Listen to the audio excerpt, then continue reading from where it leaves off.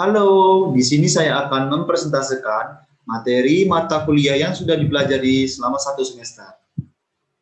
Baik, di sini saya memperkenalkan nama terlebih dahulu. Perkenalkan, nama saya Alfredo Sibuya, NIM saya 111900691. Mata kuliah saya Manajemen Keuangan. Baik, selanjutnya saya akan menjelaskan apa itu manajemen keuangan. Manajemen keuangan adalah kegiatan perencanaan, pengelolaan, penyimpanan, serta pengendalian dana dan aset yang dimiliki suatu perusahaan. Pengelolaan keuangan harus direncanakan dengan matang agar tidak timbul masalah di kemudian hari. Baik, selanjutnya fungsi manajemen keuangan. 1. Fungsi pendanaan atau mencari dana bentuk umum perusahaan. Yaitu fungsi pendanaan adalah kebijakan manajemen dalam pencarian dana perusahaan. Misalnya, kebijakan menerbitkan sejumlah obligasi dan kebijakan hutang jangka pendek dan panjang perusahaan yang bersumber dari internal maupun eksternal perusahaan. Bentuk perusahaan yang akan menjadi pokok bahasan adalah bentuk paling umum, yaitu perusahaan go publik. Yang kedua, fungsi investasi mengelola dana oleh perusahaan.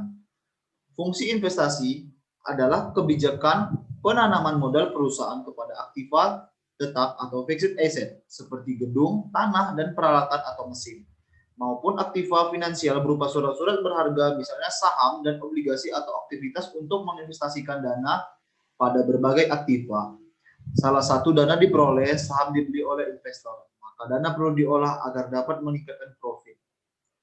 Bentuk-bentuk investasi ini contohnya 1. Membeli mesin, merancang produk baru, memperbaiki kerusakan-kerusakan dan ekspensasi perusahaan. Yang ketiga terdapat fungsi pembagian dividen atau keputusan direksi.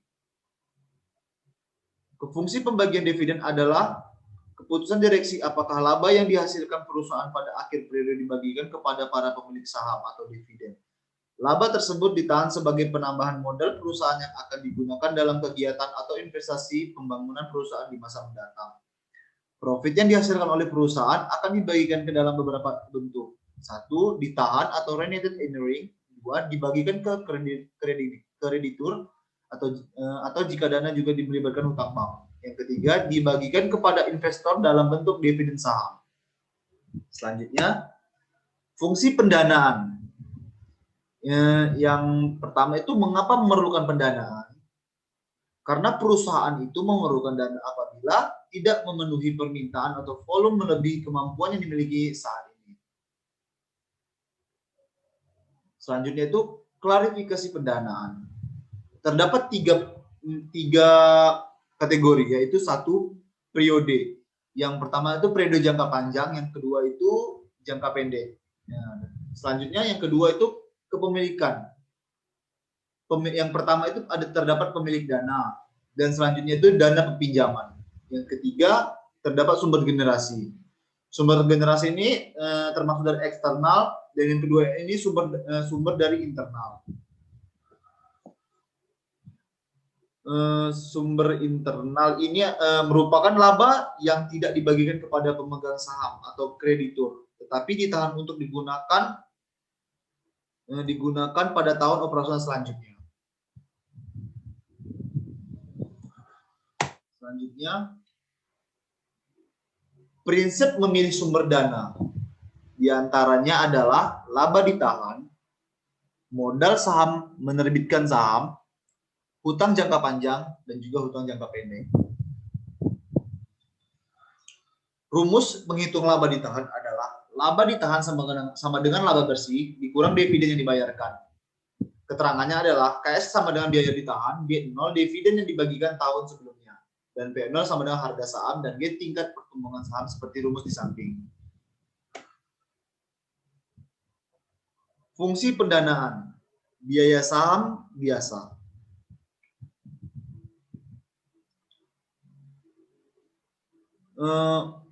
Fungsi pendanaan ini menghitung biaya saham biasa menggunakan rumus yang sama dengan menghitung biaya laba ditahan. Mengapa? Pada saat menahan laba, artinya laba tersebut seharusnya dibagikan sebagai dividen. Lihat contoh soal di samping. Biaya laba ditahan sebesar 13,8%. Dinilai ini sama dengan dividen jika dibagikan sebagai dividen. Ingat, saham harus membagi dividen. Tidak ada flotation cost, yang menjadi pertimbangan adalah tingkat growth dividennya. Saham biasa baru atau new common equity. Diketahui dividen awal yang dibayarkan adalah D0 sama dengan D0 $4,9, harga saham awal, P0 $50, flotation cost F 15%. Tingkat pertumbuhan dividen yang dijanjikan dia sebesar 5%. Berapakah biaya saham biasa baru? Yaitu sama dengan 15,4% seperti hasil yang di samping. Baik, selanjutnya kita masuk ke fungsi pendanaan saham preferen dan hutang saham preferen. Sama dengan itu seperti ciri-ciri di samping. Ciri-ciri saham preferen memberikan dividen yang tetap, baik perusahaan dalam keadaan untung maupun rugi, bagi investor atau pemegang saham. Tetapi dapat ditunda jika memang perusahaan tidak mengalami profit yang signifikan. Yang selanjutnya ini, bagi perusahaan, biaya menjadi murah karena hanya memberikan dividen yang jumlahnya tetap. Selanjutnya, dibandingkan saham biasa, dividen harus naik jika perusahaan mengalami keuntungan. Di sini ciri-ciri saham preferen memberikan dividen ya. Memberikan dividen ini seperti yang tetapi tidak dapat ditunda jika memang perusahaan tidak mengalami profit yang signifikan seperti yang tadi. Selanjutnya, biaya hutang. Masuk biaya hutang ini digunakan karena biaya murah. Hutang dapat dilunasi dalam jangka panjang, membayarkan bunga yang bersifat tetap. Jumlahnya, penggunaan hutang dapat mengurangi pajak, tidak mengurangi kepemilikan menambah atau cash on hand.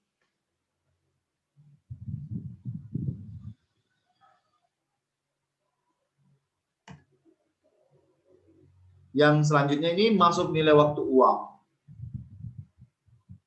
Nilai waktu uang ini, konsep nilai waktu uang dari satu, future value, nilai yang akan datang. Yang kedua ini nilai sekarang, present value. Yang ketiga annuity. Yang keempat bunga sederhana, dan yang kelima bunga majemuk. Baik. Selanjutnya ini adalah rumus konsep nilai waktu dari uang. Future value, nilai yang akan datang. FPN sama dengan PV 1 tambahkan per N. FP future value dan PV sama dengan present value, dan K sama dengan interest rate, dan N sama dengan period. Nilai sekarang, present value. Yang seperti di sebelah tadi, PV future value, PV dan present value, current interest rate, dan N period. Selanjutnya ini terdapat rumus annuity, seri pembayaran pinjaman mobil atau rumah setiap tahun, serangkaian penghasilan dari investasi setiap tahun seperti rumus di bawah. Terdapat juga rangkaian pembayaran atau penghasilan yang terjadi pada akhir periode tertentu. Dan juga terdapat rangkaian pembayaran atau pendapatan terjadi pada awal periode tertentu. Selanjutnya ini rangkaian pembayaran atau pendapatan terjadi pada awal periode tertentu, seperti rumus di bawah. Selanjutnya, weighted average cost of.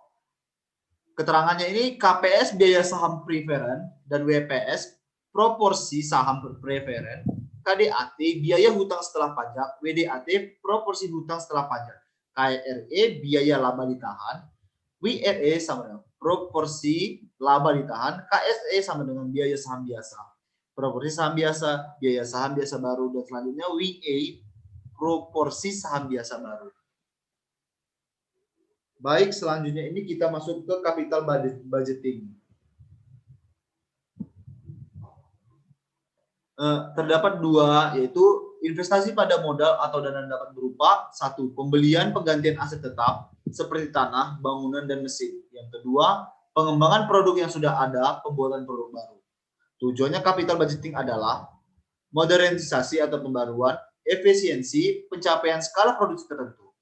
Baik, yang selanjutnya kita masuk ke tahapan atau proses capital budgeting adalah ada ide gagasan, suatu proyek investasi, Yang kedua, menentukan biaya proyek investasi. Yang ketiga, manajemen harus memperkirakan arus kas yang diharapkan dari proyek, termasuk nilai akhir dari aset. Selanjutnya, menghitung risiko proyek investasi. Dan selanjutnya, dengan menggunakan nilai waktu uang, arus kas masuk yang diharapkan digunakan untuk memperkirakan nilai properti. Selanjutnya, menilai klien proyek atau investasi dengan mempertimbangkan nilai sekarang dari arus kas yang diharapkan dibandingkan dengan biaya. Baik. Metode penilaian proyek. Di sini kriteria kelayakan investasi dengan metode PP adalah periode pengambilan modal adalah singkat-singkatnya jika terdapat dua pilihan, investasi. Maka investasi dengan waktu pengambilan modal terpendek yang dipilih atau investasi dengan jangka waktu terpendek dinyatakan layak diterima. Kelebihan dan kekurangan metode payback atau period adalah kelebihan dan kekurangan metode payback mudah dihitung dan efektif untuk menilai proyek yang memiliki banyak alternatif kekurangan metode PP. Tidak dapat digunakan untuk menghitung cash flow setelah tingkat kembalian tidak mengukur profitabilitas cash flow, tidak menggunakan prinsip nilai uang waktu uang. Selanjutnya, manfaat materi bagi mahasiswa. Materi ini bagi mahasiswa adalah agar mahasiswa dapat menjadi seorang manajer yang ahli dalam keuangan, menjadi paham tentang apa tindakan yang harus dilakukan bila mengambil keputusan. Jadi setiap keputusan yang untuk menjadi manajer itu tidak sembarangan untuk mengambil keputusan, harus dipertimbangkan lebih cepat, seperti lebih tepat lagi, dan tidak boleh seperti asal-asal memilih keputusan. Dan juga diharapkan dapat mengatur dan menganggarkan keuangan untuk kedepannya dapat menggunakan uang seefektif mungkin dan seefisien mungkin. Manfaat bagi perusahaan. Ilmu manajemen keuangan sangatlah penting. Semua orang termasuk juga bagi sebuah perusahaan. Salah satu manfaat jika perusahaan memiliki manajemen keuangan yang baik adalah mereka mampu memberikan kepastian hasil, kepastian harga pasar, dan kepastian laporan keuangan yang sehat kepada pemegang saham. Dengan jaminan ini, pemegang saham juga tidak akan ragu untuk meningkatkan ukuran investasi. Selanjutnya, manfaat materi bagi ilmu keuangan. Terkadang beberapa orang tidak sadar bahwa dalam sehari-hari mereka memerlukan ilmu manajemen keuangan dalam mengelola dana yang ada di tangannya. Apabila dana yang ada di tangan tersebut tidak dikelola dengan baik, maka dana yang tadinya cukup melimpah malah akan bisa menjadi semakin berkurang karena kekurangannya pengetahuan tentang pengelolaan dana. Nah, disinilah pentingnya kita mempelajari tentang manajemen keuangan meskipun tidak harus ditempuh dengan jalur yang akademik. Seperti seorang ibu rumah tangga pun sebenarnya perlu mempelajari tentang manajemen keuangan secara sederhana. Ya, contohnya membeli barang-barang properti rumah, ibu rumah tangga ini seperti harus tahu berapa yang harus dikeluarkan untuk yang kita beli. Jangan kita keluarkan untuk selanjutnya tidak dapat lagi kita beli. Makanya jangan membeli barang itu hanya seperti selera saja, harus dipikirkan dengan matang penggunaannya, dan pengeluaran tidak boleh melebihi dari anggaran yang ada. Maka dari itu tidak terjadi kekurangan dana. Baik, terima kasih untuk perhatiannya. Saya ucapkan sekali lagi terima kasih.